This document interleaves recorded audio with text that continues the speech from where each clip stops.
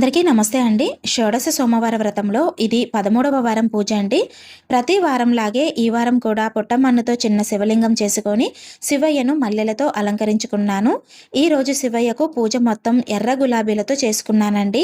శివయ్యకు అష్టోత్తరం చేసుకుంటూ ఈ ఎరుపు రంగు పుష్పాలను, బిల్వ దళాలను, కొన్ని మల్లెలను సమర్పించుకుంటూ పూజ చేసుకున్నాను. ప్రతి వారంలాగే ఈ వారం కూడా శివయ్య కోసం ప్రత్యేకంగా చేసిన నైవేద్యము కొన్ని రకాల పండ్లతో పాటు స్వామికి కొబ్బరికాయ తాంబూలము సమర్పించి స్వామి అమ్మవార్లకు హారతిచ్చుకొని వ్రతకథలు చదువుకొని వ్రతం పూర్తి చేసుకున్నాను. ఈ వారం కూడా శివపార్వతులకు ఎటువంటి లోటు లేకుండా వ్రతం అయితే చాలా బాగా జరిగిందండి.